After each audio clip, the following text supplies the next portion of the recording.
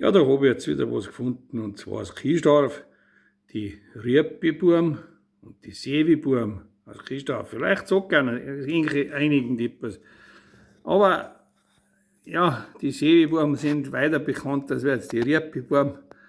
Aber das ist meine Aufnahme, was wir nirgends mehr finden oder nicht mehr so schnell.